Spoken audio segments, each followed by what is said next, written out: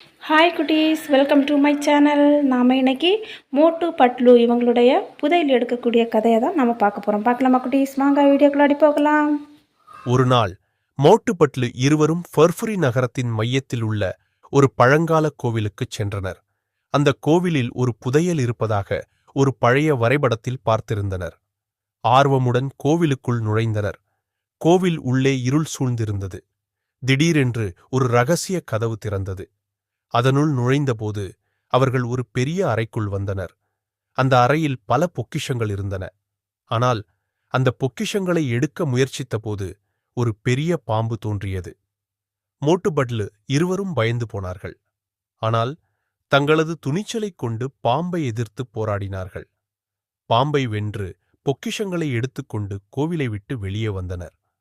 வெளியே வந்ததும் அவர்கள் மிகவும் மகிழ்ச்சியாக இருந்தனர்.